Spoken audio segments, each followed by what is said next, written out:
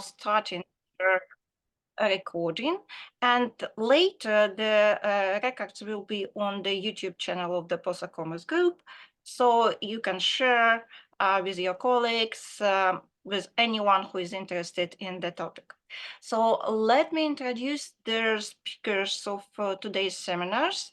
Of today's seminar, which is about the book recently published by Tatiana Voronina and Zuzanna Bogumił. And the book is entitled Modern Life, the Dead, Orthodoxy and Remembrance in Post-Soviet Russia. And it was published in 2023. And their book description is: the process of the Orthodoxization of memory in Russia started long before the Russian Orthodox Church engaged in the memory politics. It was a grassrooted process initiated by both the living and the dead. By using religious symbols and rituals, various groups of living were restoring their relationship with the forgotten dead of Soviet repressions and war. When the Moscow Patriarchate has returned to public life and started developing its religious memory infrastructure, the Orthodoxization process got a new up-down dimension. Finally, a turn of the Putin's regime towards religious commemorative practices caused the disappearance of the boundary between religious and political memory. The bricolage memory, consisting of elements of Orthodox tradition and Soviet memory culture, appeared. So that was about the book and the authors who are presenting the book today. Zuzanna Bogumił works at the Institute of Archaeology and Ethnology at the Polish Academy of Sciences. She specializes in memory studies with a special focus on memory of Soviet repressions and the entanglements between memory and region in Central and Eastern Europe. She is currently leading two projects: post-secular approach to memory processes in Central Eastern Europe and crossing borders, building walls towards ethnography of Russian war mobilization. Her published works include, among others, Modern Life, the Dead, Orthodoxy and Remembrance in Post-Soviet Russia with Tatiana Voronina, Gulag Memories, the Rediscovery and Commemoration of Russia's Repressive Past, Milieu de Mémoire in Late Modernity, Local Communities, Religion and Historical Politics with Malgorzata Glovatska-Gaper in 2019, and the co-edited volume Memory and Religion from a Post-Secular Perspective with Yuri Yurchuk in 2022. Tatiana Voronina is an independent historian with interests in memory studies, oral history, and the social and cultural history of the late Soviet Union. She holds a PhD degree from the European University at St. Petersburg and the University of Zurich. She is the book review editor in Laboratorium, Russian Review of the Social Research. She worked on numerous research projects in Poland, Switzerland, and Russia. She was a visiting fellow at the International Institute of Social History at the University of California in Berkeley. In 2017, she had a one-month fellowship at the Center for Polish-Russian Dialogue and Understanding in Warsaw. Her monograph, Remembering the Russian Way, The Siege of Leningrad and Socialist Historicism, was published in Russian in Новое литературное обозрение Press in 2018.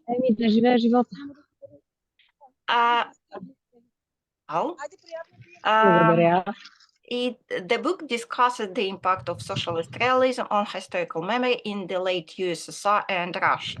Together with Zuzanna Bogumił, she wrote the book Modern Life, the Dead, Orthodoxy and Remembrance in Post-Soviet Russia, about the process of the Orthodoxization of memory in Russia. Her new book, based on her second PhD on urban-rural inequality in late socialism, is forthcoming from Toronto University Press.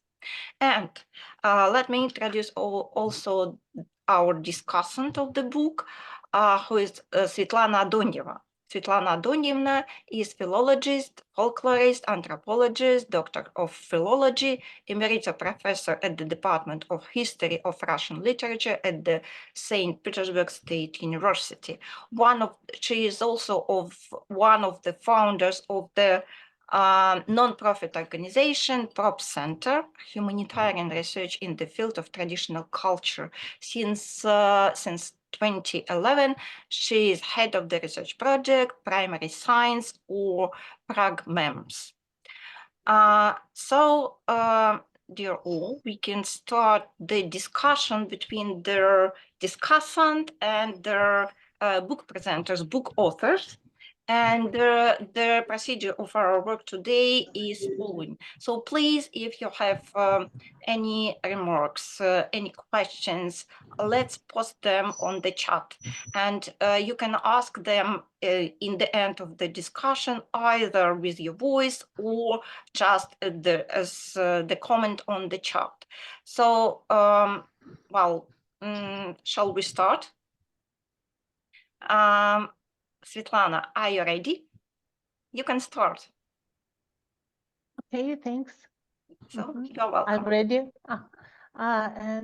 May I share my my presentation? Sure. If possible. So, yes. I'm afraid Evelina microphone is switched on. Thank you. So, thank you so much for inviting me to discuss the issues raised in the new study by Zuzanna and Tatiana. According to the book Abstract, the main theme is the inclusion of Russian Orthodox Church as an institution and as an organization in the practices of remembrance and commemoration of the dead, practices traditionally existed or previously developed as an initiative of certain social groups. But it seems to me that the study covers a much wider range of issues, which is reflected in the title of the book. The dead, sometimes their corpses, but more often the memories of them, are a way of organizing the mode of living. They determine the values and nature of actual social contracts. In Russia recently, the dead whose lives were cut short by revolution, wars, and repressions have become the subject of specific reverence and memory. It is such dead people, those who died before their time, that are the focus of study under discussion. Among the closest historical works devoted to this topic, I will name Anna Sokolova's book of the history of commemorative practices of Soviet Russia, Alexander Etkin's book, Warped Mourning, dedicated to the study of the practices of memory of the repressed, as well as a large number of new historical articles inspired by the books of Pierre Nara and Jan and Aleida Asman, and dedicated to commemoration in post-Soviet Russia. Among the closest anthropological works related to the study of urban practices, I will name a series of works by Sergei Mokhov, by Dmitry Gromov, Svietlana Malasheva, and I can name our study, my and Elizabeth Warner, and my article, The Cult of Dead in Post-Soviet Russia, Necrorhetorics, that I prepared near 10 years ago. But very important that interest in the topic of Slavics, interest in this topic in Slavic studies and ethnography appeared much earlier. The work of Dmitry Zelenin, dedicated to the history of the cult of the dead, was published at the beginning of 20th century and was followed by many ethnographic works. In post-Soviet time, new theoretical frameworks for its study were developed and discussed at many conferences. A minute. Oops. The anthropological focus of this topic can be determined by a statement by Claude Lévi-Strauss, describing the relationship between folk motif of death and cultural practice. Lévi-Strauss noted the following.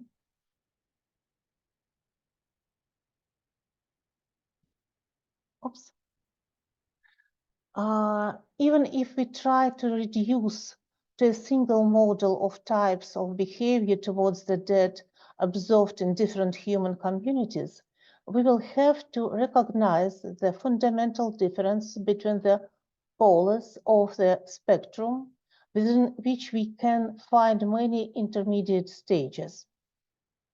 Some communities honor and pacify the dead, and they patronize the change of seasons, soil fertility. Everything happens as if an agreement had been concluded between a living and the dead.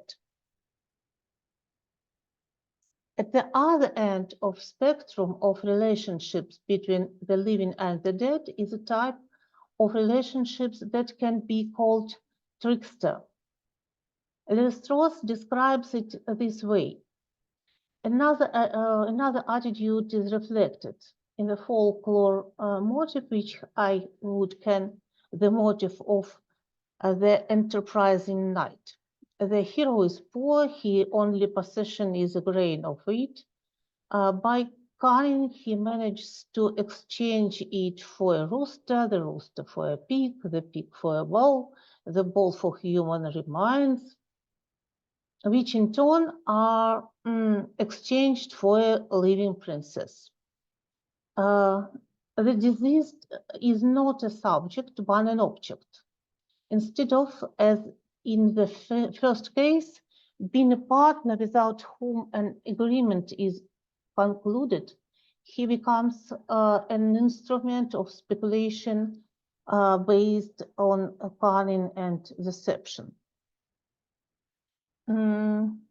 Let this quote serve as emotional key to a topic that is important for the book under discussion, the inclusion of Russian Orthodox Church in public practices of commemoration.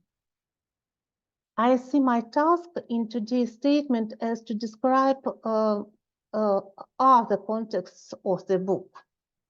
Firstly, it seems to me important to determine how the practices described in the book associate with the social economic structure of post-Soviet Russia.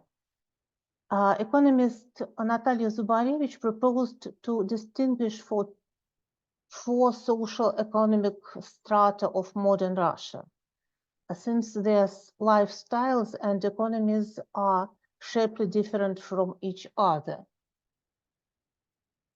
First, Russia is the country of big cities. More than 20 of country population lives in them. That is every fifth Russian.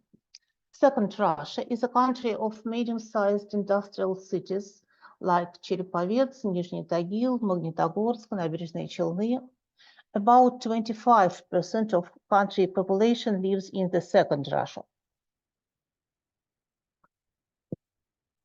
Third Russia is a huge periphery in terms of territory, consisting of residents of villages and small towns. Their total share is 38% of country population. Third Russia survives on the ground in its own politics because the calendar of agricultural work does not depend on the change of power. And fourth, Russia, the republics of North Caucasus and Southern Siberia, near 6% of population. So the object of Tatiana and Zuzanna research is the first and partly the second Russia. The object of our research, the third Russia, me and Elizabeth Warner. Third Russia is the residents of villages and small towns, which makes up almost 40% of country population. The overwhelming majority of these people are the descendants of the largest estate of pre-revolutionary Russia, the peasantry. It's based on living in a rural area, agricultural activity, and claim to economic independence. I'm sorry.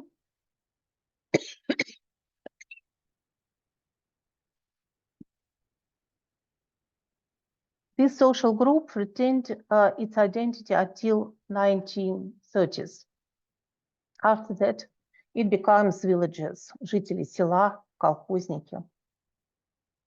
In this stratum, funeral and memorial practices based on religious tradition were preserved in Soviet times, with exception of remembering those who died far from home.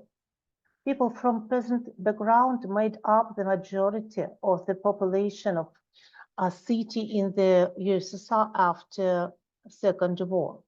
The daily practices of city dwellers in late Soviet times were largely determined by the tradition received from their village parents. One of them was the funeral and memorial traditions. What does it mean? As is well demonstrated in our research and ethnographic literature, the characteristic feature of Russian rural culture was the view that, that life has a predestined length.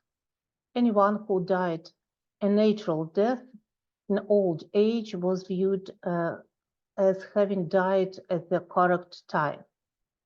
Russian rural people often refer to those who have died a natural death collectively as родители.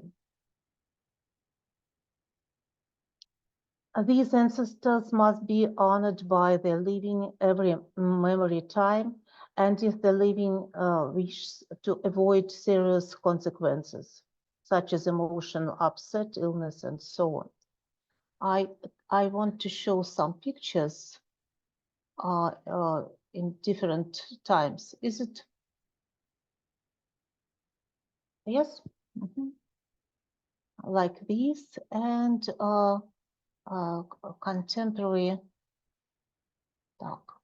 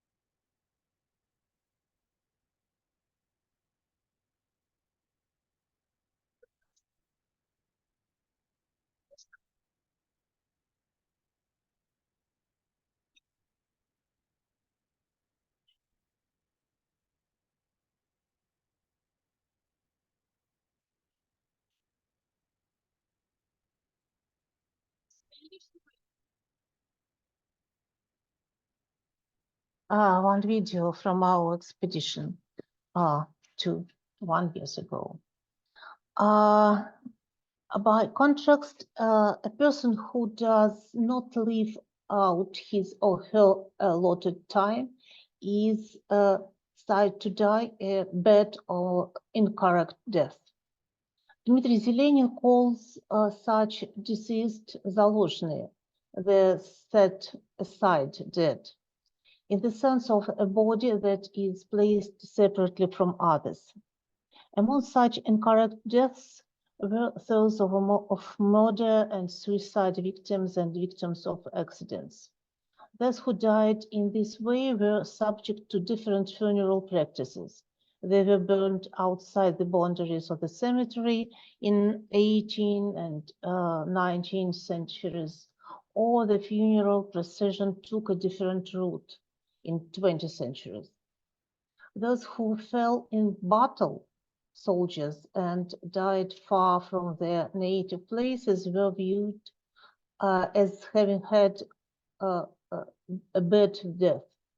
So they had to have different memorial rituals.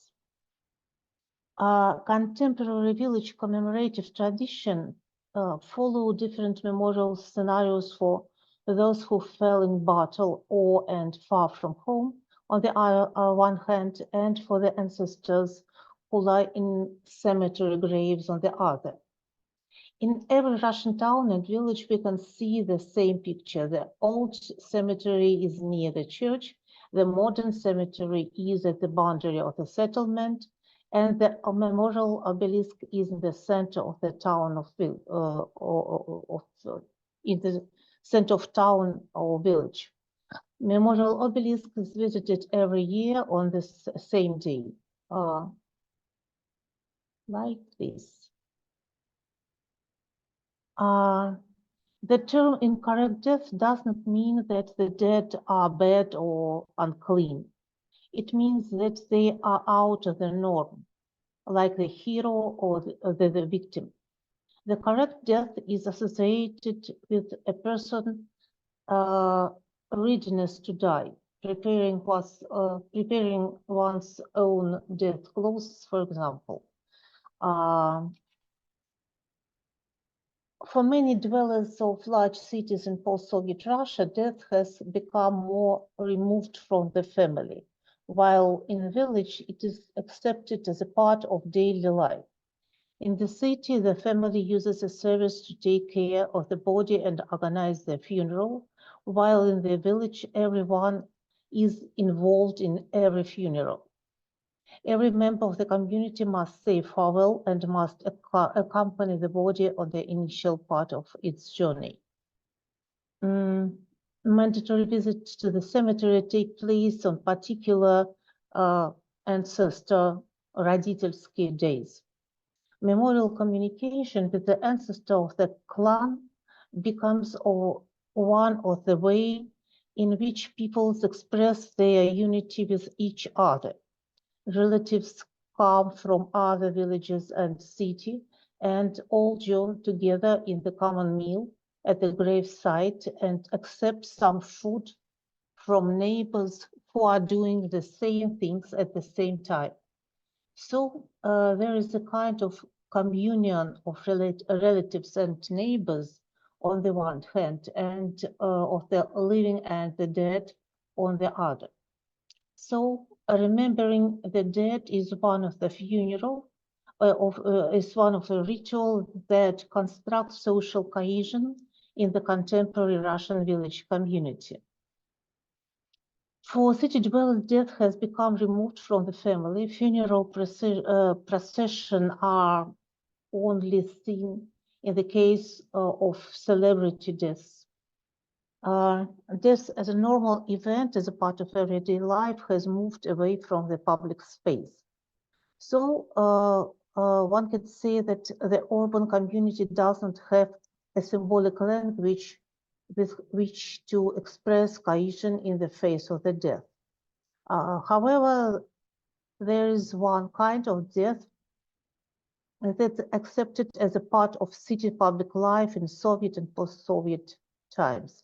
I mean the death of soldiers soldiers far from their native places and the erection of obelisks of their memory.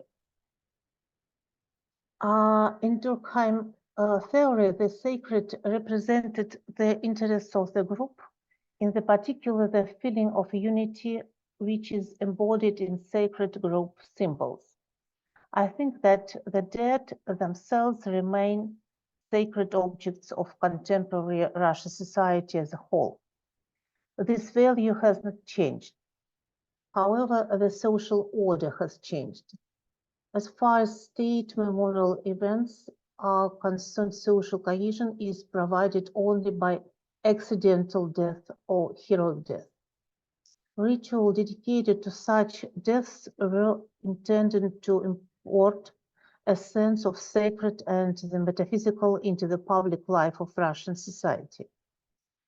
However, they do not make use of the whole gamut of sacred values available to memorial tradition as whole. It is particularly noticeable that although these military heroes are honored, for example, by gifts of flowers, no one shares a meal with them.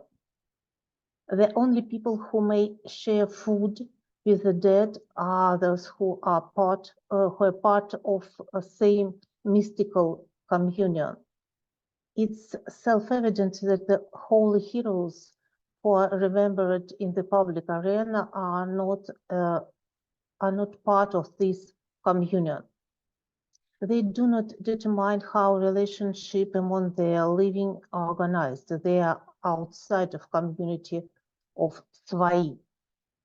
By contrast, social inclusiveness is created out of the public gaze by private groups of citizens through their gathering on commemorative days when they break bread both with living and with ancestors, and in this way construct and preserve the community's sacred values. Unlike the exclusivity of state memorial occasions, these private memorial gatherings are inclusive. They honor all the dead. The sharing of food between the living and the dead establishes the order of interrelationship among this living member of the community. These include the notions of mutual support and help, both emotional and physical, which are understood by expression one's own, svai. The construction of their sacred described by the authors take place in public, but it is based on common private practices of remembrance. It either rejects them or uses them for its own purposes. The church and Russian authorities act like that poor knight in the plot that was used in Levi-Strauss' text. And now I want to propose such question for discussion with authors.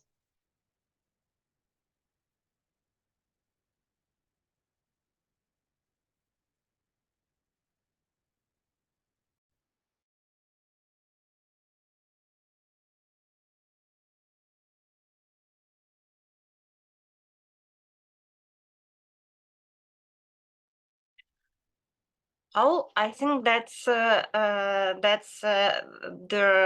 time to answer the proposed questions by Zuzanna and Tatiana.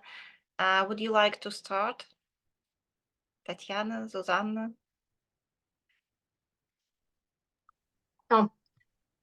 First of all, thank you very much for everyone who is coming here, and really, I'm very glad. So for us and for Zuzanna and for me, that's the first probably common presentation of this book, and I'm really lucky. I think that it was not just we are together. So thank you, and thank you very much, Svietlana, for brilliant remark. And for us, it was very important to hear the feedback from the specialists who knows about the Russian death much more than the others, and who is not just in a theoretical aspect, but also like in a very practical way. So thank you very much.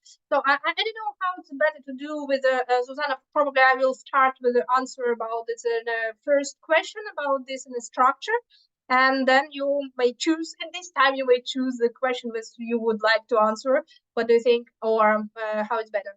And please switch on the microphone. Yeah. I'm also very grateful to you, Svietlana, for your feedback and introduction and giving the broader perspective. And I'm so happy that I am finally seeing so many friends. It is so great to see you, Maria and Boris and other people. Really, wow. Well, even if on this funeral meeting, it is really great. Particularly that many of you had their birthdays and other people will have tomorrow and then after tomorrow. I think it is also a kind of like very yeah. So I think, Tanya, that it is a good idea. Maybe I would like to refer to these questions that Svietlana asks. It is a very good starting point. But probably it is good to a little bit situate also our to give a more this theoretical frame which was so important for us. So I would suggest that let's show quickly our presentation, but maybe only quickly that you see what the book, what you can find in the book, and then I made a photo of these questions and we can react on it. Okay. Perfect. So Zuzanna, should I share the presentation right now? So what do you think? Yeah, please. Okay, I'll try. Okay, Svietlana, yeah, super. Okay, so just a moment. Yeah, that's everything a little bit like here improvising. How to do it? We consider the this is slideshow, I think. The button slide. Yeah. Is it better? Okay. Yeah. Yeah. Good. So Zuzanna, probably you will start, and then I will continue, or what the idea. Yeah. So very briefly, to give you a to tell you our angle, how we looked on the problem. For sure, I absolutely agree with Svietlana that if you look on the materials that we and our methodology and materials that we used and the sites where we made our research, for sure it is the first and the second Russia, even though I think it is much more complicated. Tanya, could you change for the next slide? So Durkheim was not the main reference point. You will probably not find him, neither Levi-Strauss. So in our theoretical approach, we refer to Hans Ruin and his book, which was published a few years ago. And this general constatation that there are various ways of living with the dead. There is no one way. And we think that in the late modernity, which we live in our times, really people live in various these modes of with their deads, not only because there are various groups, ethnic groups and religious groups, but simply because the modern people refer to various ways of living with the dead. Even in one family, you can do it. I think it was very important constatation that there is no one way. And we try to understand, okay, if there is no one way, which is given and forever, which one and why we can find such commemorations of the dead who died the death that was not their own. It is very important category that we took from Svietlana. So we are not talking about all dead, but we really focus on the dead who died the death that was not their own in our book, and how with this dead, which are also very politicized, the day commemoration is visible in the cultural landscape, particularly in the sites when mostly where these dead are present. So because these bodies are there, yes. So it is also very important that in our book the dead are not simply in the minds, but we really like focus on the bodies, corpses, and ashes, which are in the soil, and which force people to do something, because it is easy to make commemoration in the heuristic sites, in the sites, symbolic sites, but still there are sites which we know, Sandarmoch, Solovetsky Island, and thousands of these like sites, Nevsky Piatachok, where you have these bodies, yeah, and these dead are dead all the time. Can you show, Tanya, the next slide, please? So we also, it is also important that it was very important for us that we focus on 3 modes of living with the dead. And it was like illuminating for us to find that Aleida Assmann once like make a huge was writing about these various modes, so that there is like that we live with the dead, and there is this memoria that we have to remember our dead ancestors. And it is mostly what Adonieva's book that we refer to is about. There is also the Fama, so which is like that people, it is much more secular mode, as Aleida shows it. And we think it is very important because there is this process that during their life people try to make their myth already, yeah, to commemorate themselves for the future.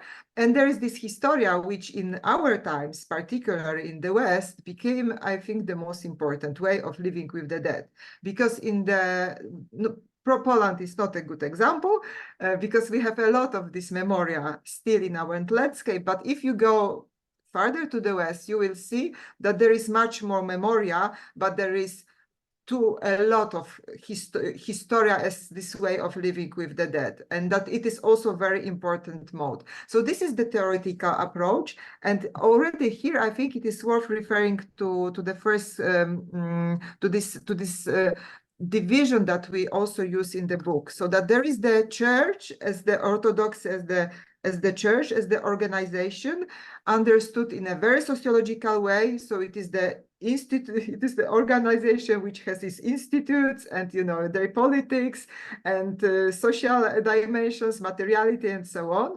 But there is also orthodoxy as the institution in the sociological understanding, which is that it is a way which gives people how to live, yeah, how to organize the rituals, how to simply, there are many people who are not believers anymore, but still live in some religious or post-religious institutions. For instance, that we have takeoff, you know, that there are some rituals connected with birth.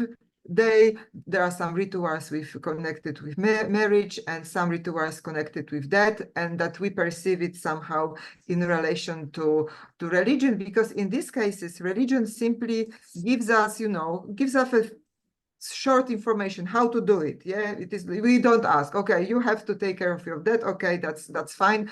There is no more question. So these are very important. And of course, here I see the difference. Yeah, because the church as organization tries to purify to make the canon, to purify the rituals, to impose some rituals, while the Orthodoxy as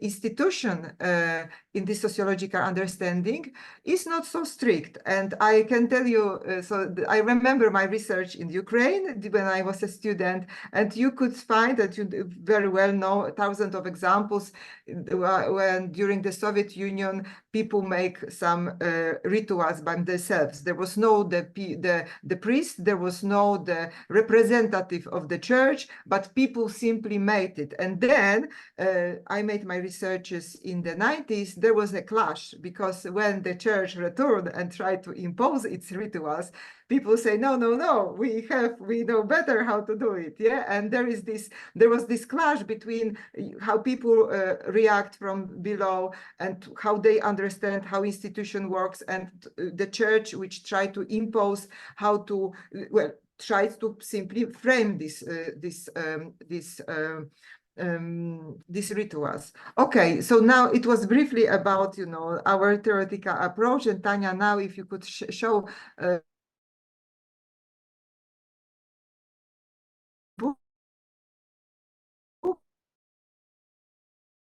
it's full of ethnographic materials, various approach. It is not only ethnographic, but also like discourse analysis, analysis of the historical materials.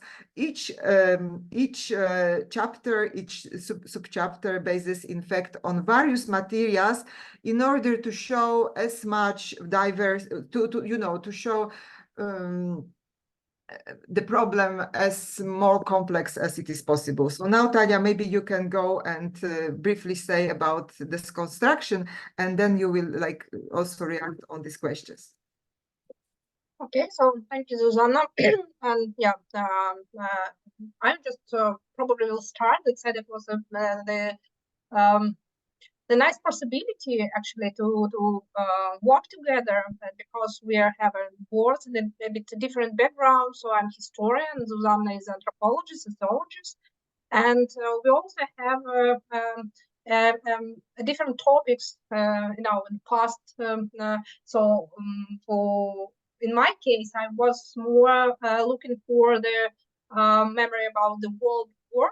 And for Zuzanna, topics was the memory about Gulag and about this system. So, and when we the books actually start with a sort of a conversation, which we try to compare and to have both some questions. So how the Russian Orthodox Church have a deal, and how the Russian society have a deal within such an aspect, and why one sort of rituals is going quite well and very easily recognized by people, and the other is absolutely not valid and not useful for the celebration and so on. So that was the complex of questions which were put together, and then that was an idea to make a sort of comparison and to try to find what is going on, and what is really what's important for us.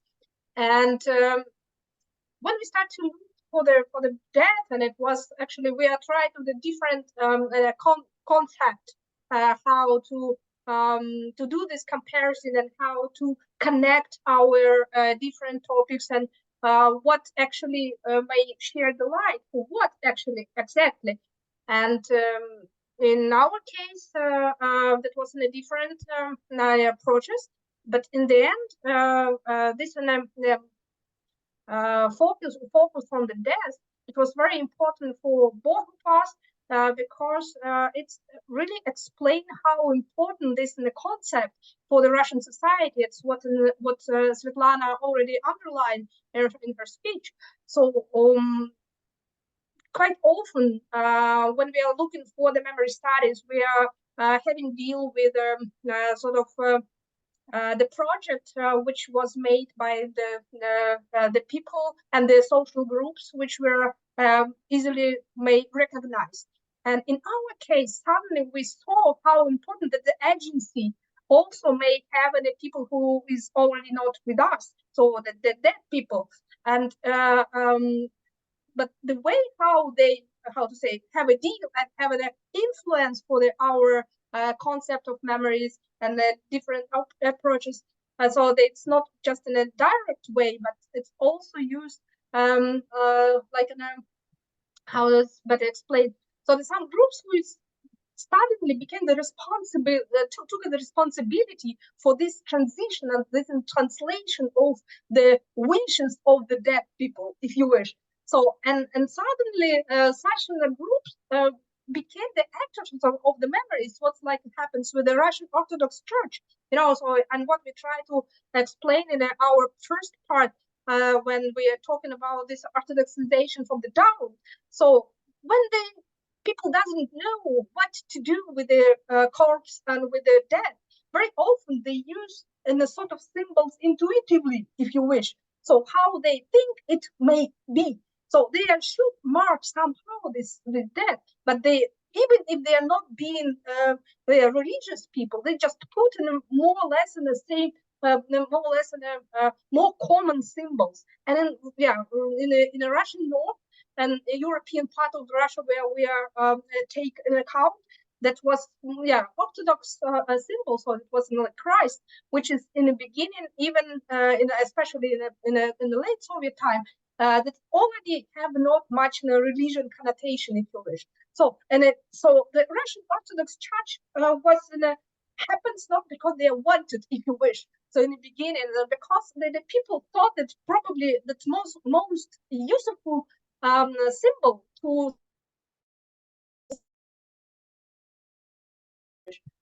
and the other groups which are also was very important for me, who is was responsible for the death, and who was like the voice of the deaf people. That was there's some people who is working with the bones and the corpse. So that's like a group of boys, but I'm saying so the searchers and this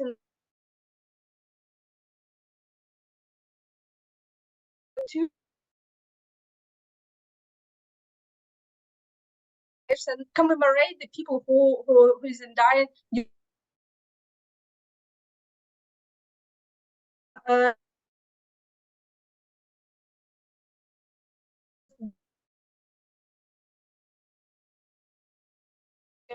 The memorial commemorative project,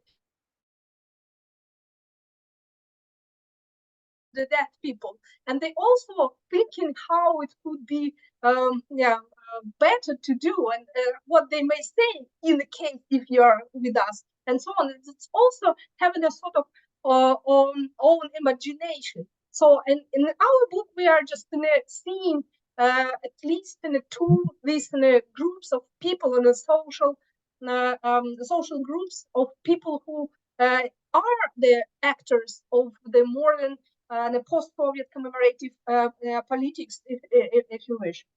So so that's about let's back to the structure of the book. So and this part was in a grassroots Orthodoxization, and we see here it's some cases which we took in account. So that first was the Nevsky Petachok, when we shows how was in the commemorative project and how exactly in this region what kind of project they have, and then how they try to commemorate the death and exactly in this place. And so it's and then that was also the case of Orthodoxization in the siege of Leningrad. So we also know that now in St. Petersburg they have at least at this minimum 6 the siege churches, where they are trying to explain what was in the past using of religion language of commemoration, and this is in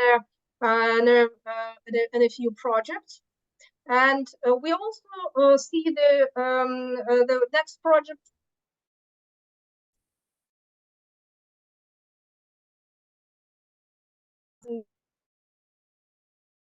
How when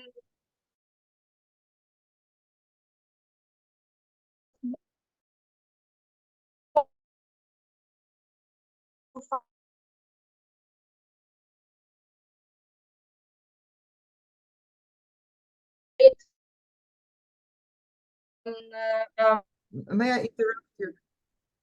Sorry? If I can interrupt you, because it is exactly what the second question of Butova is great example, gives answers on the second question of Svietlana, because here we see that the relatives, not only those who perceive themselves as the Orthodox, but also those who were like looking for, but they agreed to turn to Orthodox language of commemoration. And then when the Russian Orthodox Church is coming and like the parish is constructed, they are cooperating with it. So here we see absolutely this coexistence of these people. And I think it is very important to stress that there are some people who are not believers, but who supports this site and the Garden of Memory, which is downstairs, where all dead are commemorated, is visited by the relatives of that dead. So they are like they treat this site as the site of the death of the relatives, as the cemetery, and not solemnly as the site of the cult of the Orthodox Church. Thank you. So, and we also so that was an example of to show how this and the local approaches and local projects of the memory happens in a different sites of memory and then with a different of aspects. But we also look at how the official Orthodox Church having a deal with the dead. And how they instrumentalized this in a concept and what kind of a project they already have. So we see here also the few topics, and one was how they do the hierarchy of the dead people. So who is the more important, who is the less important? And it was like an immortal regimen. It's in the project of St. Petersburg and Leningrad Eparchia in a few years ago, 5 years ago. And that also they offered the sort of hierarchy when they're thinking about the victims of Gulag as well. So they also have in a sort of a structure who is in a more important and who is a less important. So at this point, we would say that the narratives like in a have a very much very common ideas if they are talking about the people. And we also looking for the new religion rituals which they are put into the official ceremonies. It's like they have they're created in a few of official dates, which is already have a religion connotations. And we're also looking for this project, like looking when they're creating a new rituals and they try to find more optimal and more understandable symbols to commemorate the deaths. And it's like in the candles now, which is this sort of rituals. They are replaced in the old Soviet rituals. And in a different, so in this slide we see the three different days which were commemorated. So the Victory of Day, and we see that it's a day of sorrow. It's the 22 of June, and the thought it's the day of memory of Gulag victims, if I would remember. So there also the Orthodox Church try to influence for this in a calendar and to offer new rituals. So and here we also will talk. Talked about the how this religion connotation and this instrumentalization of the death influence for the national narratives. And from this photo, I put in the three photos. Of one is a new religion symbol of the siege of Leningrad. It's Saint Nina, and it's an icon was created a few years ago, like an the symbols, religion symbol of the siege. And they also have a few photos and the military church in a Patriarchate Park near the Moscow, which was in a sort of a symbiosis of interpretation. To the one state, it's a official Russian Orthodox Church, which is play quite an important role. Yeah, so that was in the main charge of the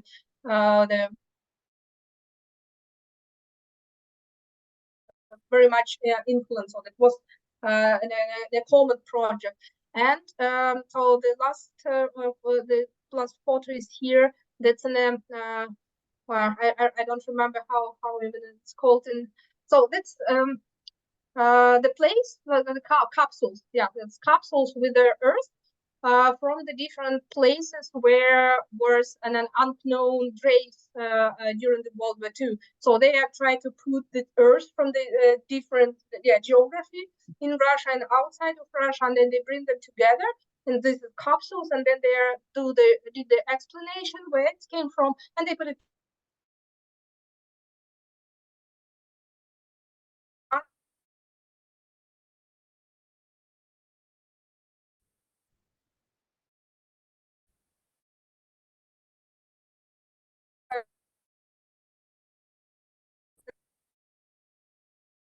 If we will have no questions, we may start to answer for Svetlana's questions. If we are still not, what do you think? But yeah, it's up to you.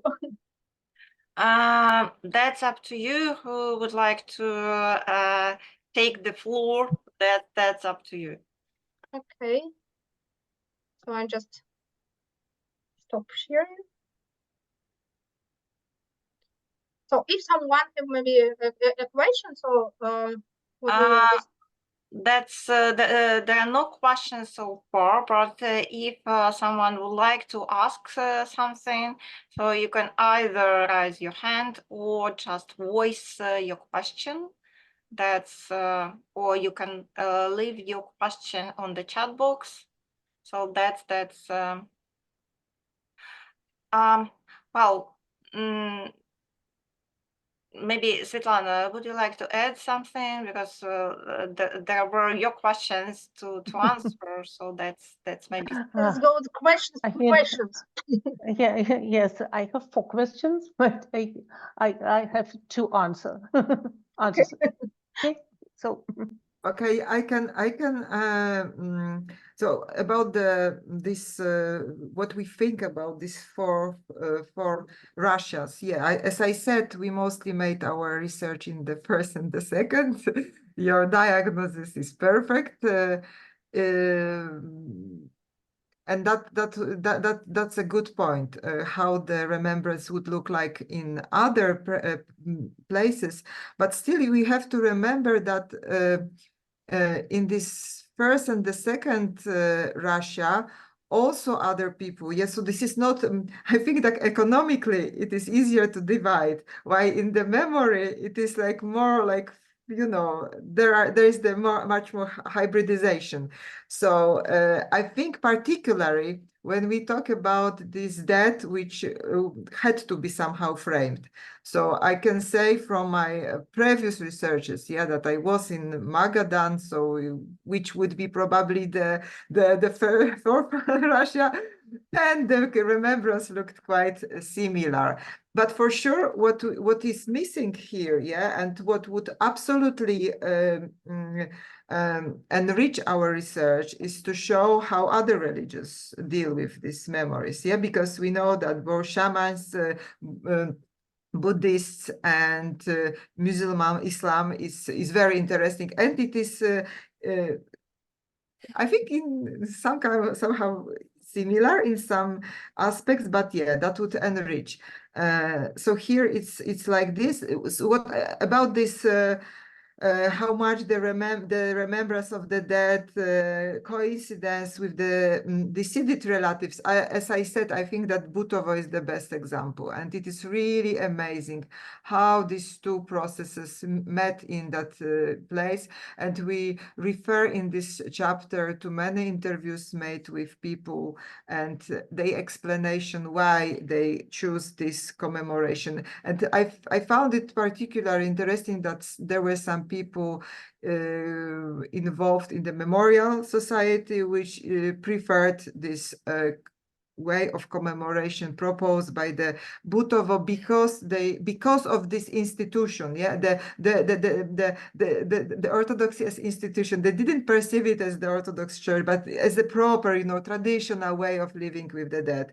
And these new ways were perceived as very political. And it is like, it is in the quotation that what memorial do is a political. Yes, it is like using again dead bodies. And here we simply want memorial. We want to remember them in a traditional way. And we have to remember that in the 90s, the Russian Orthodox Church was not what is now. Yes, so that's also like very, very important. I think that's very important.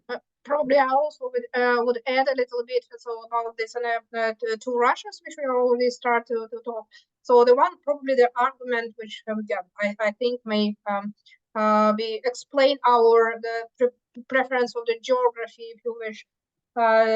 So when we just start to think about what kind of cases we may put together and what will be comparable from our perspective, we also start to think that's about what kind of language of commemoration the people use. So, and in many cases, when we are looking for the pre-modernity communities like in the Northwest, so we know that it's also having a different specific, even when you compare the Volga region or Arhangelsk region, how you know this quite well, but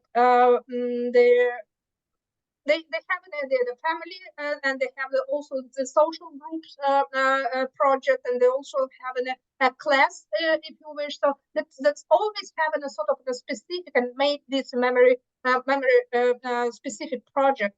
On the other hand, we are just suddenly they understand that when the people have a deal with the death, or they should explain the death somehow. And it was impossible just to keep a silence like it was many years in the Soviet Union, right? So, and this is why we start to find this in the midpoint when we start with exactly in this time. So when the people can't keep a secret, if you wish, about the Gulag victims and how they can't just say nothing about the many the soldiers which were founded and not included to the previous discourses, and this idea to find the language for explanation what was happening with these people. So this wasn't what wasn't push us to look at these groups and this region. So, and in this point, I would say that they have a different, like in a social, each social groups, of course, they have a sort of an orientation, and some of them they are more or less they're traditional. They're like based on Orthodox, based like to put in there a sort of religion, the Orthodox and rituals to the graves and so on. And some of them they try to also use the Soviet language somehow to explain this. And they also, it's like what I'm trying to show this in the cases of Nevskaya Dubrovka or with the siege of Leningrad, because in the Soviet times, so such a memory was in a more, how to say, influential, and it was only the language how to explain the death. And we see when we started to look in more precisely, we see that it's also was the Soviet language was not enough to explain all victims and all death. And in this time, they start to be in sort of the combination. So, and in this point, I would say that for us, it was important to find, important to see so how was this narratives going through this trouble things and events and the many specific aspects of the process of commemoration. Okay, you also asked if there is the difference between the Orthodox Church as an organization and as an institution. And I think that in the second part of the book, what we try to do is to show that from the top-down perspective, we can see two processes. A great example is the subchapter on the Church of the Holy Martyrs Adrian and Natalia in Staropanova, which we call cosmopolitan memory, because it was the priest, it was the Orthodox priest, but who really had very cosmopolitan approach to memory. He really wanted to commemorate also the Germans, because he really make a kind of work. But then, you know, the process passed and he was replaced by another person, and the politics changed. And the Russian Orthodox Church, which I think also we show in this chapter dedicated to the icon of Saint Nina of Georgia, or in the sanctuary of Katyn, we see that there was the grassrooted movement of the priests inside the church, but with time, when the politics of the church, of the Russian Orthodox Church, become more and more visible, there is a kind of replacement, change of the narration, in position of this of the process. But you know, today, but what I think and I hope that it is the advantages of our book is to show that there were some other options. You know, there were like it was not so easy, so obvious from the beginning, as some people try to say that, you know, when the church returned in 1988, everything was clear, and no, it wasn't. Yeah, I think we show various voices being in the church. And what you say, ask if we see if it concerns only the post-Soviet, or we see similar processes in other societies. And yes, of course, we see it in Poland, for instance. But I think that the best it is described in South America, Argentina, where you see, as particularly in Argentina, in Spain, where we see this clash between people who want to commemorate their dead. I mean, this memorial, yes, I want to know where he is buried. I want to simply finish. And you have the politics, for instance, of human rights organization who want to make forensic studies to prove, to have the proof of the violation. And it is not only a case of Russia, but the same discussions. Can you, like, you know, can you disturb the calm of the dead? It was visible in Poland. It concerns many dead, but particularly in South Africa, in South America. Yeah, when they discuss, should we do it? Yeah, should we look to prove how they were killed, or we should simply commemorate them and simply make a way of living with the dead. So that's to answer on your great question. Thank you. Thank you so much. I think it's very interesting. Thanks. So I have no question. Thanks. My congratulations, a brilliant work and very interesting book. Thanks. Thank you. Thank you, Svietlana and Zuzanna. Well, maybe I have one small question to clarify the point that Tatiana has just mentioned. Tatiana, you, well, if there are no more questions so far, so I'm taking the floor. So Tatiana, you've mentioned that the Soviet language was not enough to describe all the dead. So could you elaborate on these, please? Because, well, it seems that in the Soviet times, the secular rituals, they took many forms and rituals from the religion. So to what extent that it still was not enough to describe all the dead, and how much did it change the language about the death, which is now has changed once again with superimposition of the religious rituals on it. So could you elaborate on this, please? Thank you, Maria, for questions. So what about the difference of why the Soviet memory and the Soviet memory project can be fit for explanation of the old answers? in Soviet Union. So the first of all, it's laying the down for this question laid in quite a practical thing. So not about everyone that people the Soviet Union was possible to talk.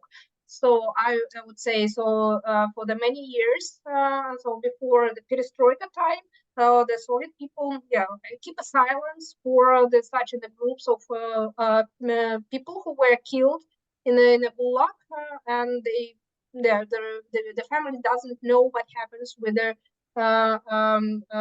relatives and the members of the families.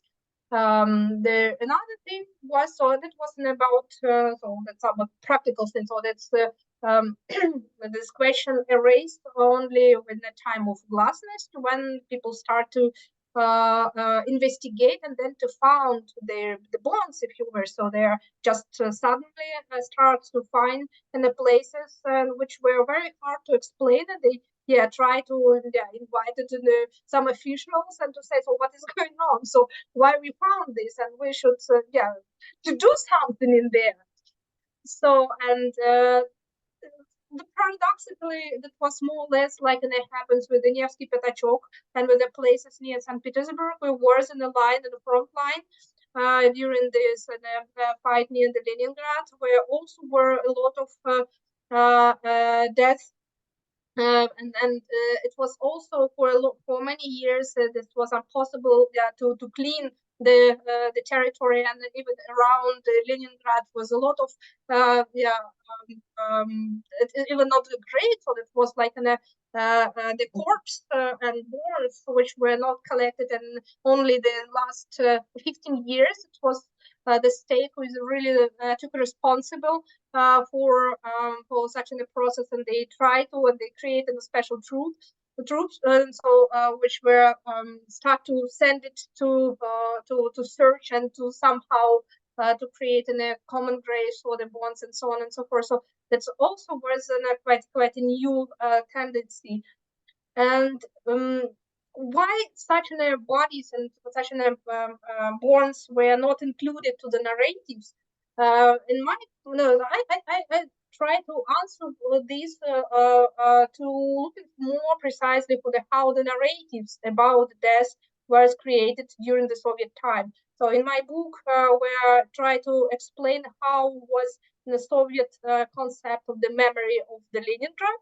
So in my book, the Pomnit по-нашему, where I try to explain how the official Soviet discourse were development, and mention of the most specific, how to say, the aspects of the Soviet narratives. And in my point of view, and Soviet memory were very much a concentrate on the figure of the hero. It was the Svietlana already mentioned, and that was in a very and in this in a concept which I called it social realism concept, when the narrative were constructed in a certain way, where only possible to talk if you are writing about someone, so it should be the hero. So whenever you are writing for, so that could be the hero of the soldiers, it could be the hero like the kids, or it's even hero if you are writing about the animals. That should be the hero, and all the rest of the narratives is coming around. And in a such a conceptualization, you can't just talk about the old people who were just killed, not because they're heroes, and like in many prisoners in the Soviet prisoners, which were an official Soviet time were presented as a collaborationism, for instance. So they were not heroes, and how to talk about them as the heroes if they're officially not heroes, So, and this is immediately making a limitation of the discourse. So how you will talk about the people who wasn't partly heroes, so here it was okay, and this it was not. So it's also very, very kind, and he was in the end probably the dead. And how to recognize such a thing. So, and then at this point, this is a simplification of a simplification of the discourse about the death was quite hard. And at this point, it's actually the reason why the group of poets was not really agreed with the Soviet interpretation, because they just opened the bonds and tried to understand what is going on. They suddenly understand that it was not only the bonds of the heroes, It was also the people who was, for instance, like in a Belarusian, so the people who is just shouted down for their own troops, if you wish. Then how to recognize and how to explain that such a death? You know, so when it's not the Germans who is the killers, but it's what the Soviet who is also killers. So, and at this point, it's immediately creating a sort of a limitation of the discourse, which you are not really explained all of this. And at this point, the people who is working with this memory, they're trying to find. So we should commemorate because we still have the bonds. Come on, and how to do it? And this was really like a huge trouble to for the people, and they tried many things, and then they used all what they may have. So and then churches, and they're inviting priests, they are putting some Soviet symbolics. And all of this, so that should somehow work, and they should, because the people live with this, you know, and many of them, it's in a very practical thing. So like in Nevskaya Dubrovka, for instance, in a place where, all of this, where, they're full of the bones and the corpse and so on. So if I'm answered for your question. Yes, thank you. Well, dear participants of the seminar, are there new questions? More questions?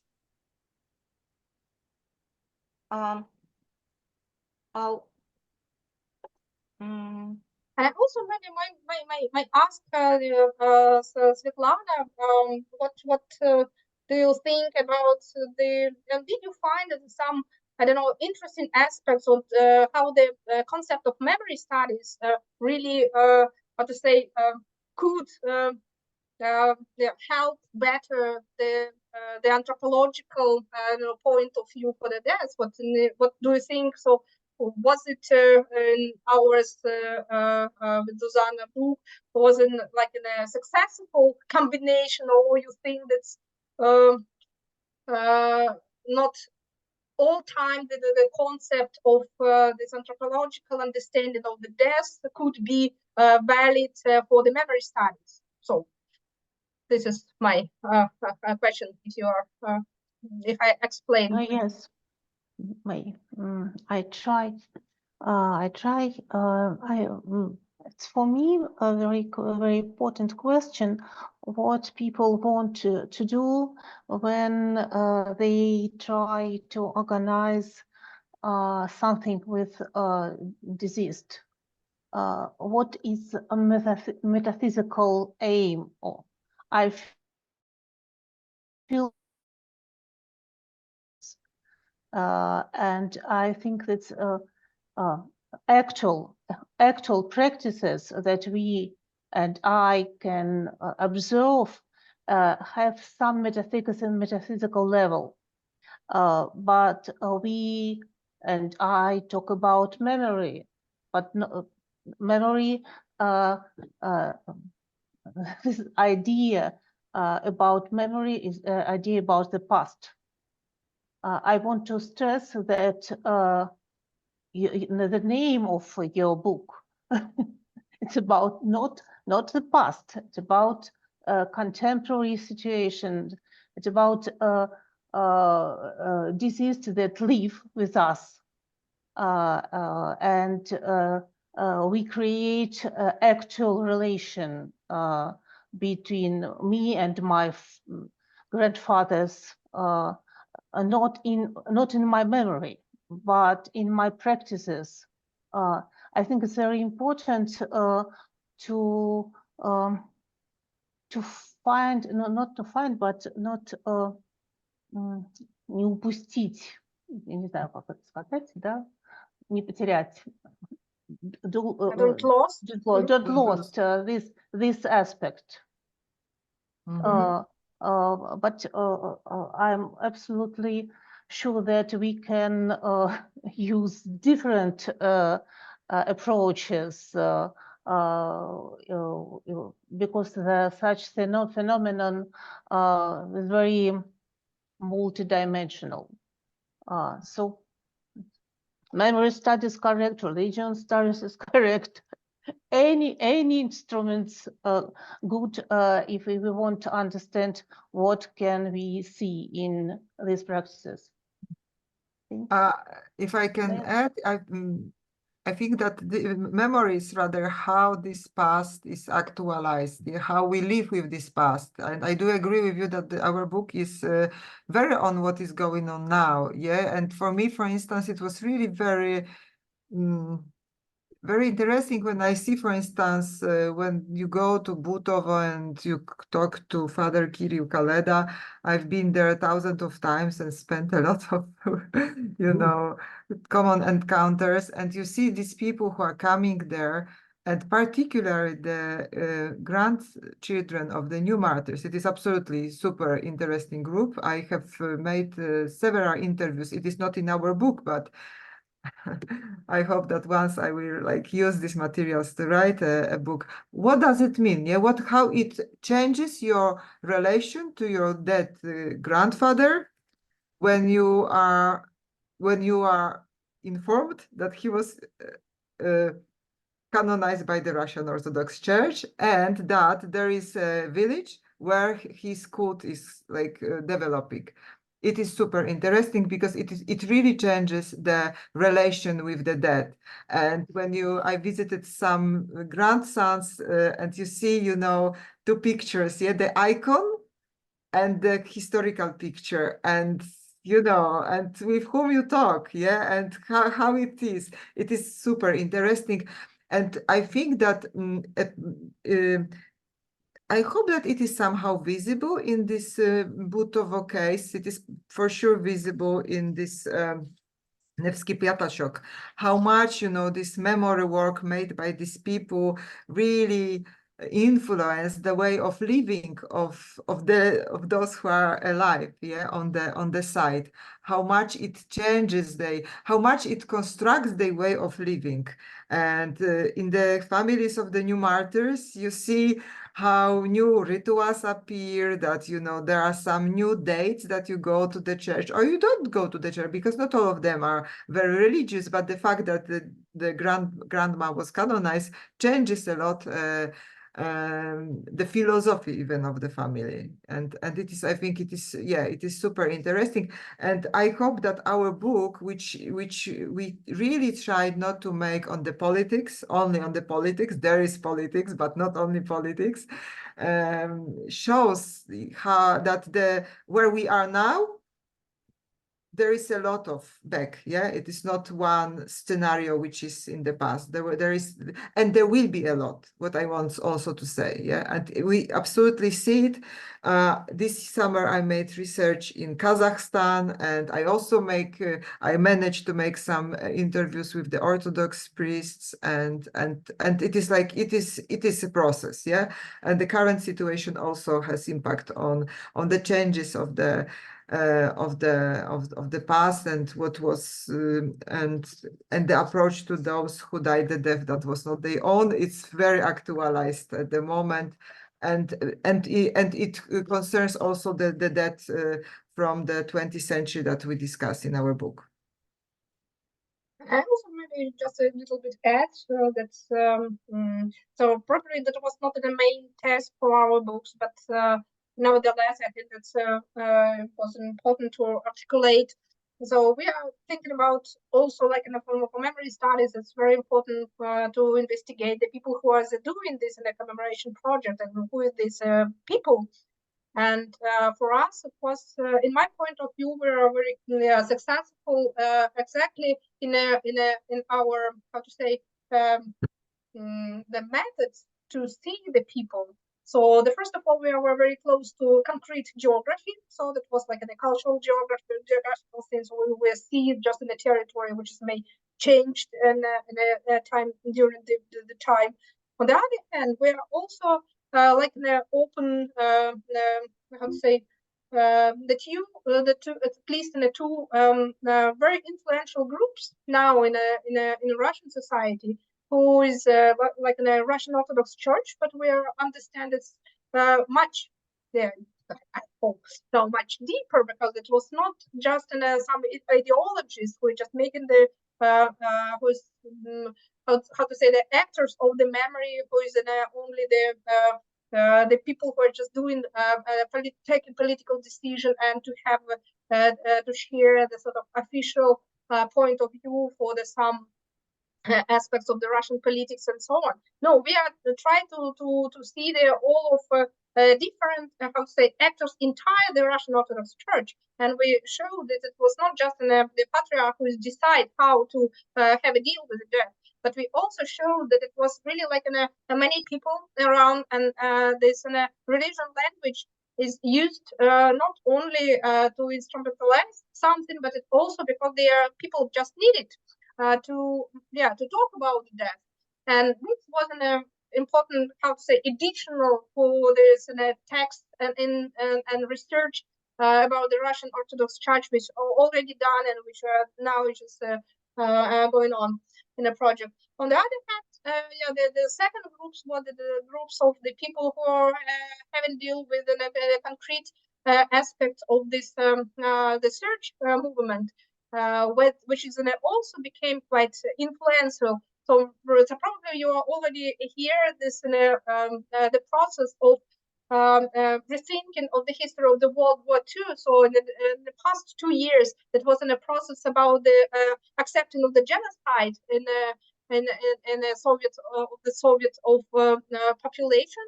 So we know that already 18 process the trials is in Russia, and we see that the official authority now try to, how to say, incorporate the new concept for understanding of the history of the World War II. So not just like a historical, not just like a heroical concept to understanding of what was in the past, but they also try to represent it as in a point of view of the victims. So the concept of genocide that is completely different, especially compared to the Soviet project approach, how to understand. And it's also this when I try to understand the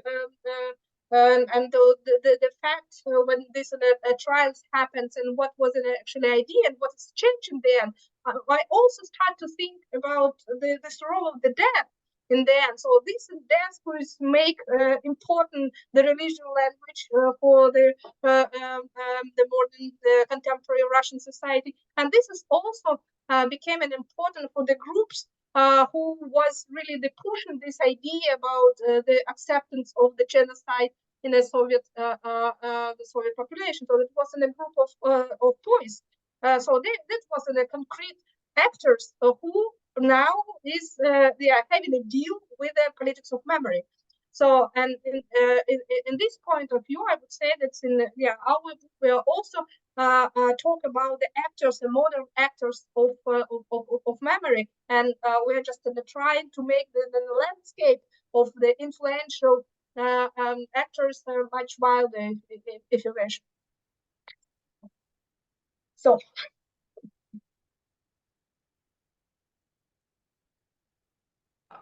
Well, by the way, if I may, I can add also that compared to the Soviet times, then the new, how to say, not the new, but the figures that were forgotten, and as Tatiana said, that for instance, in the Soviet times, we couldn't tell about the prisoners of war, and now they are built into the heroic narrative of the Second World War, which is, well, huge difference compared to the Soviet period, and now they are presented as also at the same time as victims and their heroes. So that's a new step in the heroic narrative of the Second World War, and it's not anymore the problem of talking about the prisoners of war. However,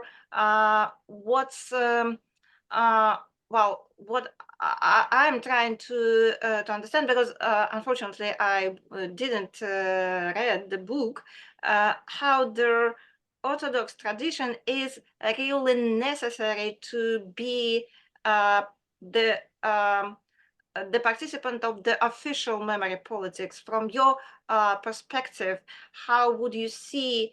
Is it completely necessary? So with if, for instance, we can imagine that at some moment of time, let's imagine that the Orthodox Church would be displaced by some other memory actors which are not religious, how much would it change the narrative and the rituals? What do you think of?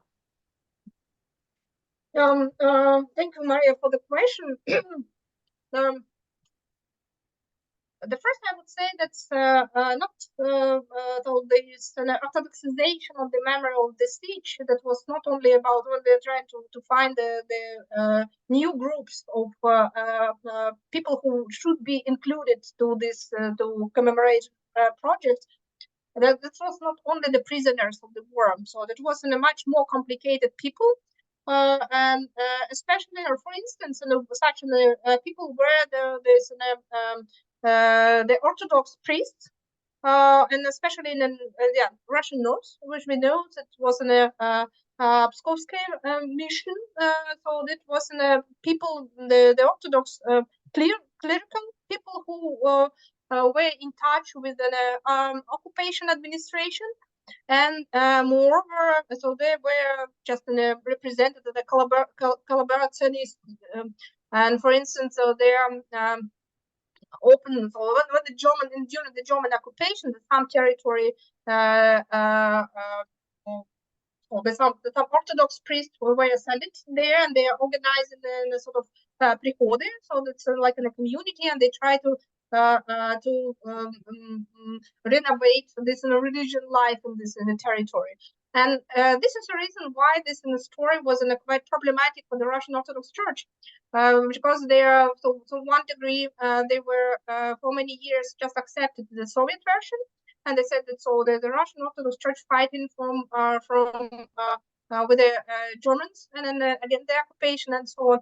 On the other hand, especially in a time when this Russian Orthodox Church united with the Russian Orthodox Church abroad, so which had an absolutely different point of view for the war memory.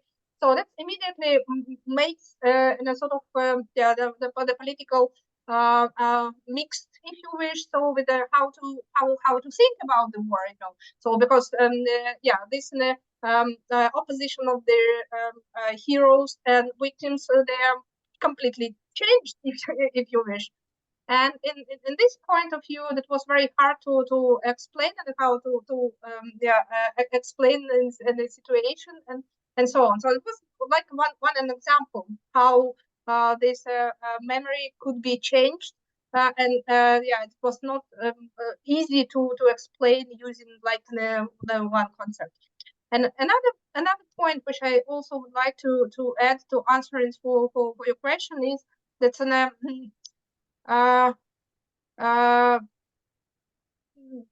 the using of the assertion of the new language of commemoration, which they came from this religion point of view, which is accepted the old debtors. So for the Orthodox ideas, and although the Christian idea is that you should remember the all and everyone just have a chance, have a chance, if you wish. So we are just should memory and should recognize that the people is dead, and we should have a deal with some relics and bonds, if you wish. So we can't just throw it away. It's impossible. So that's sort of in the concept. So, and this is the reason why it's impossible to exclude in a sort of groups. And one thing, on the other hand, it's really like gave a good opportunity to rethink of narratives. So that's couldn't be like only the heroes or the only the victims, and it's like in the European concept of the concept of victims, like not the sacrificed victims, but how this so it's so I just want to say that in the religion language have a much more freedom for interpretation of the death, like in a more on the secular variation of the different discourses. And I think so this is most attractive things for the people who choose this religion language for commemoration of the death. So sorry, my answer was too long. But I think Maria, that you are like, it is you would like, but it is wishfulness in how to say that you it is like ty mечтаешь, no, a w wieściach niewozможnych. I would say that, you know, there was the historical moment in the history of the Russia, yeah, the October Revolution, when the whole, it was possible, it is possible, but only with such revolution, I think, because if you look on the situation, yeah, we see that everywhere traditional values are coming, yeah. It's like the West tried to make a kind of like language. Let's see what will happen with the memory of the Holocaust after what is going on in Gaza and all these problems. What I can say from my observations in Kazakhstan, in Mongolia, you know, there was this Soviet memory culture, which is very visible. But when you try to escape from the Soviet memory culture, you jump to the Islam in Kazakhstan. Yeah, it is now. So the dead are remembered in such a way, and particular the death of, you know, simply our heroes, our dead, yeah, our ancestors. And in Mongolia, it is Buddhism. So you see that I think there is no escape from it, which doesn't mean that with time it can mutate. But I think that the drastical means revolution and simply to impose new culture of the past. Yeah.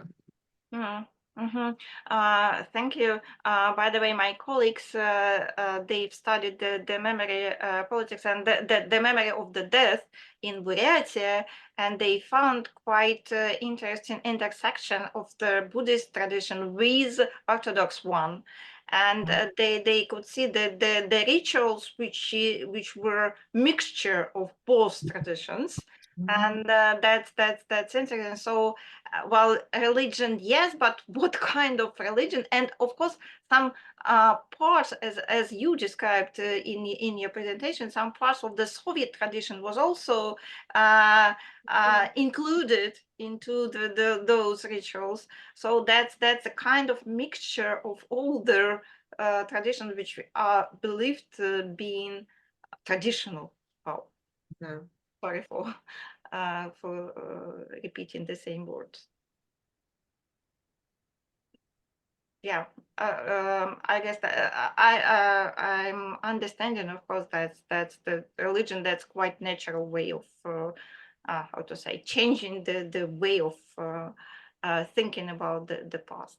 And yeah, it's the most visible and easy, I would say. So you shouldn't just create something new, like in many rituals and so on. So let's take more energy and the more creativeness and so on and so forth. And it's also important that if they have in the local communities, for instance, the people who will take a responsibility for such activity. So that's also the big questions.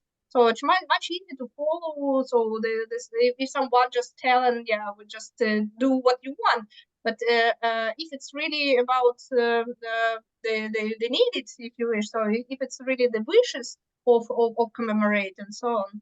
And in the Soviet time, that wasn't, for instance, I remember when I worked with the commemorative projects of the local communities in the Vologda in the 1960s, 1970s.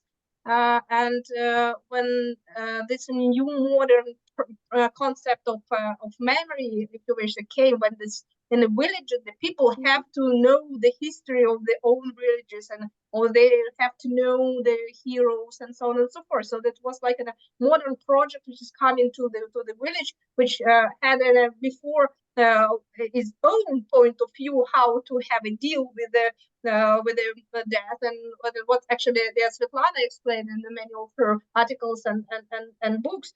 And in these things, I remember when there's an idea to create an obelisk, so like a local memorial in the memory of the people who were lost from the village. So, and to bring some earth from the places and so on. So that was a very orthodoxical, if you wish, so the tradition, just to know where this people is. So, you know, and for them, this was like something which is help to, how to say, to protect this locality and help to keep a memory and make the death useful, if you wish, for the people around. And yeah, in a time of modernization, when there are people just living in the big cities and in the megapolises and so on, of course, it's changed this in a specific, what is Svietlana already asked. Of course, that's influence for how this memory about the death looks like, and what kind of the projects will be accepted and so on. But on the other hand, so the wishes of the Marxists, when they decided, okay, so now desecularization happens and the religion is already gone, you know, and then nothing happens in the end. So like Victoria Smolkin explained, so святое место пусто не бывает. So that was exactly the same. So as soon as we have to have a deal with an important question, so suddenly we just take the instrument which is probably laying close to us. And in our case, it was religion and religious practices.